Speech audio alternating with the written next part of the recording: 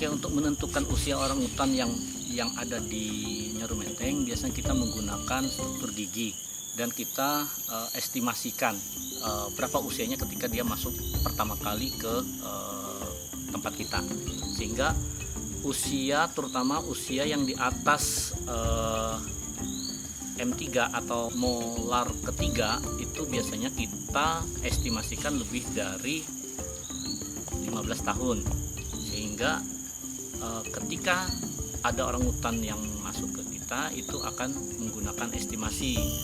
Nah, untuk saat ini kita memiliki ada beberapa orang utan yang kita anggap tua. Ada orang utan Tanjung dengan usia 36 tahun, kemudian ada Hercules dan Caesar yang usia 35 tahun. Tapi ingat, ini berdasarkan estimasi, karena ketika mereka masuk kita sudah mengestimasikan usia mereka di atas 12 tahun, sehingga ada masih kemungkinan mereka lebih daripada usia yang estimasi kita saat ini.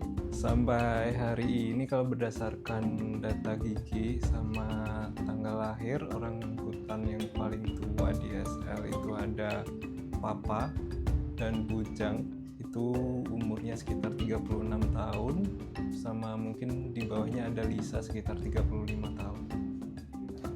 Kondisinya kalau contoh Papa itu terakhir kami lakukan pemeriksaan, dia kolesterolnya tinggi dan kebetulan dia juga dari segi skor BCS-nya juga kurang tinggi. Jadi untuk sekarang kami beri tambahan pakan, tapi yang juga aman untuk kondisi kesehatannya.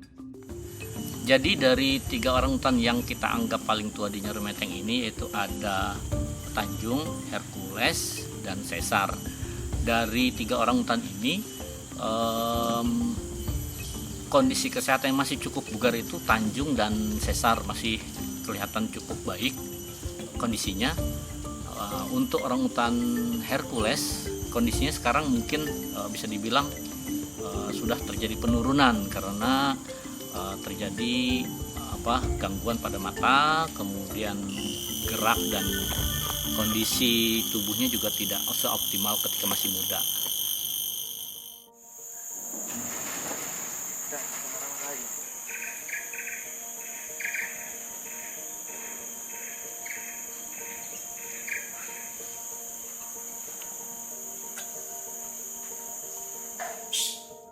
Untuk orang utan yang tua itu tergantung kondisinya. Kalau misalnya ada penurunan kondisi seperti ada gangguan kesehatan, baru kita treatment.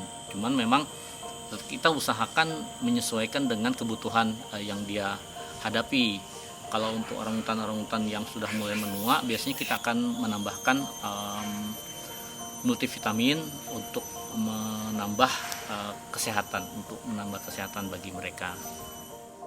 Terus juga kami lakukan evaluasi dari segi formulasi pakan. Kemudian tentunya ketika umurnya tua, kami jadikan pertimbangan kalau akan dilakukan pemeriksaan. Kalau yang dari tim enrichment sendiri, mungkin pemberian yang khusus mungkin untuk yang tua ini, terutama furnitur yang di dalam kandang yang kita pasang, baik dari segi vertikal dan horizontalnya. Dan juga yang utama adalah keamanan furnitur yang di dalam kandang atau mainan tersebut, yaitu sehingga dia nyaman, dia enak, dan untuk dia beraktivitas dalam kesehariannya tidak mengganggu dan tidak membuat suasana itu di dalam itu sumpek gitu ya, ataupun lain dan sebagainya. Yang kami lihat sehari-hari, khususnya untuk orang utan yang tua, yaitu ketika di dalam itu senyaman-nyamannya buat dia, pasti ketika dia aktif dia akan berinteraksi lebih leluasa.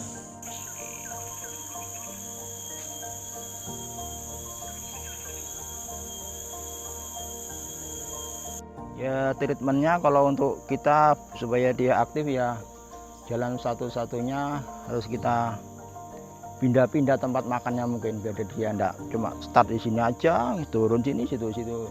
Jadi kalau untuk ngasih caranya ngasih makan atau ngasih enrichment, kalau orang hutan yang mungkin kurang aktif ya cara satu-satunya harus pindah-pindah biar jalan gitu.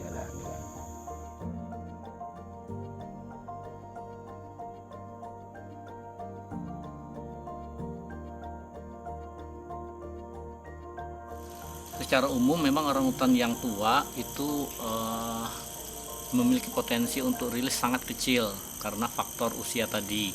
Karena faktor usia membuat dia mengalami penurunan kemampuan untuk bisa bertahan hidup di hutan.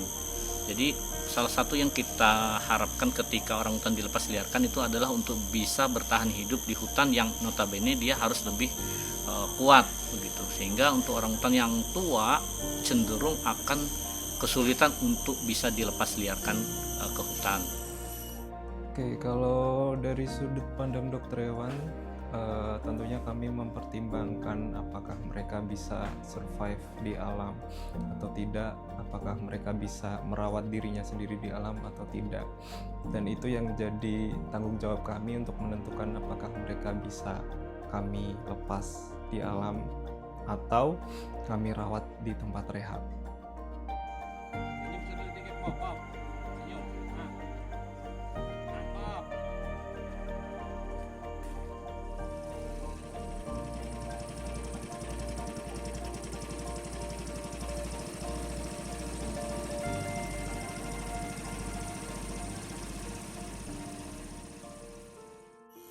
Untuk faktor usia manusia dengan orangutan, kita melihat bahwa itu terjadi perbedaan usia ya. Jadi kalau di usia yang sama manusia bisa dianggap masih remaja, tapi di orangutan bisa dianggap sudah mulai dewasa atau sudah cukup kuat untuk bisa mandiri. Nah, jadi untuk usia memang kita tidak bisa membandingkan pada usia yang sama dengan manusia. Tetapi kalau kita menyamakan dengan kategori misalnya kategori tua di orangutan, itu kita bisa anggap 30 ke atas itu sudah tua untuk orangutan. Tapi di manusia kan kalau 30 masih cukup kuat, masih cukup segar. Tapi kalau kita anggap usia tua di manusia mungkin di atas 60 tahun, maka karakternya kurang lebih sama, terjadi penurunan dan gangguan-gangguan fungsional tubuh ya pasti kurang lebih sama jadinya, tetapi secara usia berbeda.